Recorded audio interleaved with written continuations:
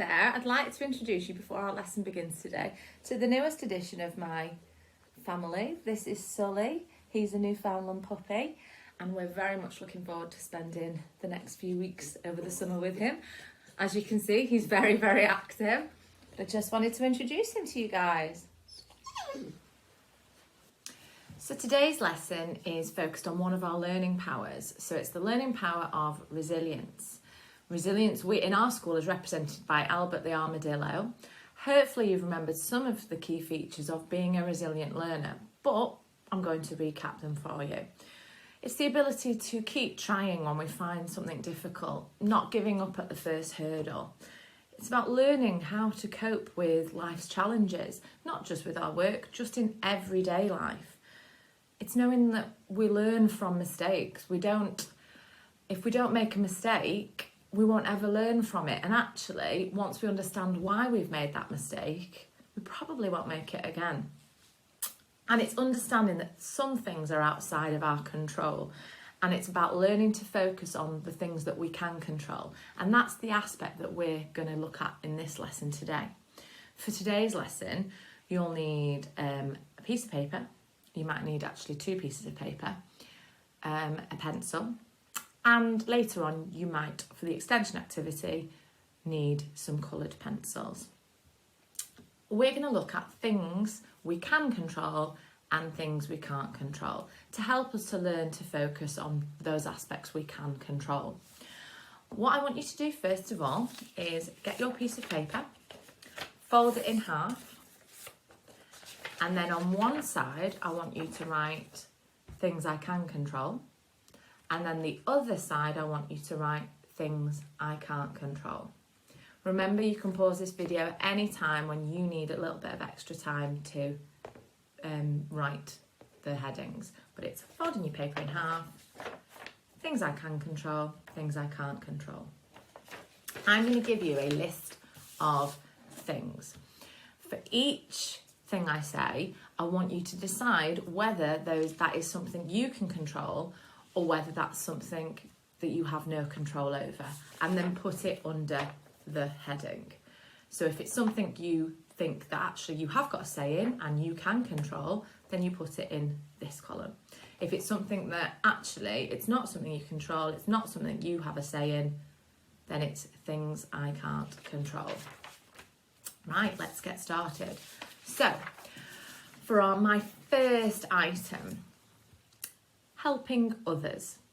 Is helping others something you can control or something you can't control? Remember, pause the video if you need any extra time before I move on. Other people getting ill. Is that something you can control or something you can't control? The weather. Is the weather, which one of those? Is there something that you can control?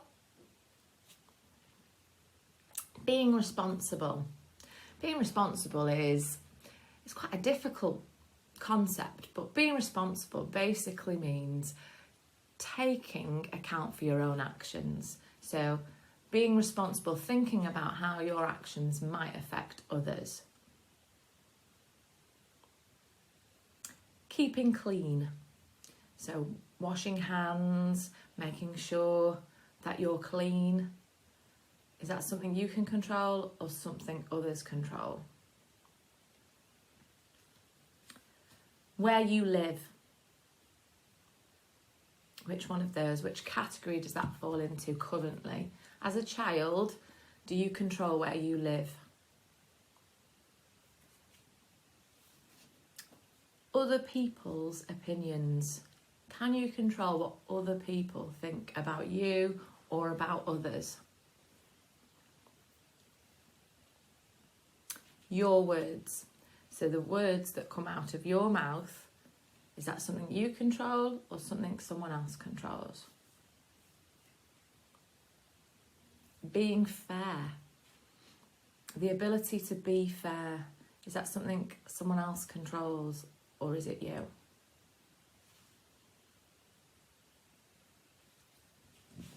And lastly, we've got 2 at the end. what other people say? Do we control what other people say?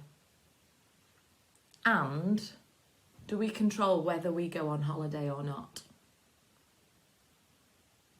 So pause the video, make sure, have a look through to see, make sure that you are definitely decided on which column each of those things belongs in before I show you where I think they sit.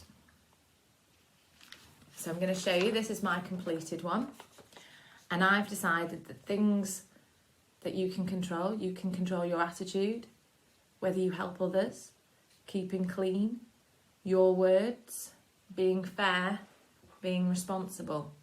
But what you can't control are other people's attitudes.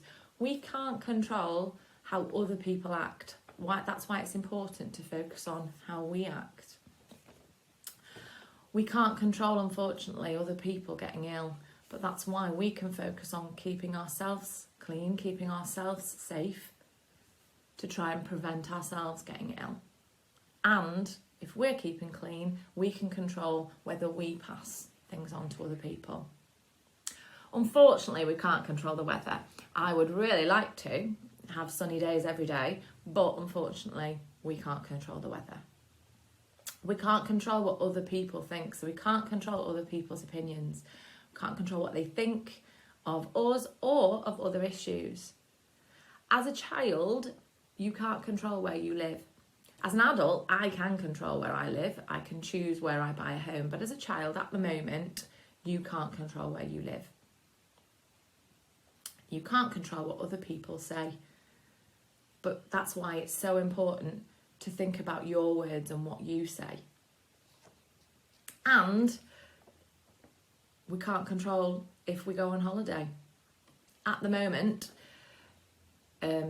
you, as a child, you can't control whether you go on holiday or not.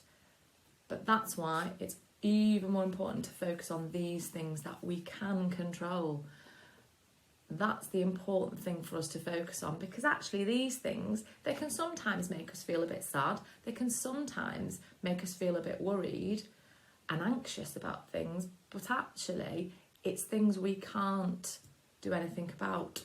So we need to focus on the things that we can do things about, and feel good and know that we're doing everything we can to be responsible people.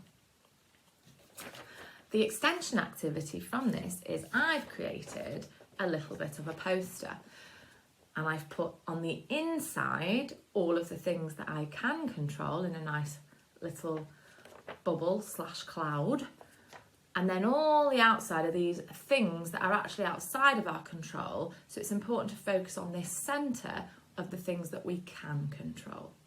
If you want to make a poster, make it look as nice, decorate it however you would like, just as long as we have a separate area for things you can control and then an outer area for things you can't control. And then you can send it to our usual email address, which is year3-4@sorgalallsaints.cheshire.sch.uk. I'll put it up for you.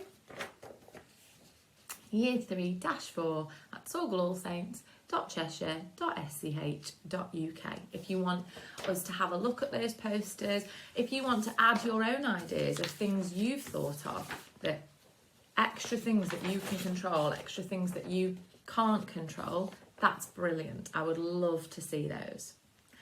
Until next time.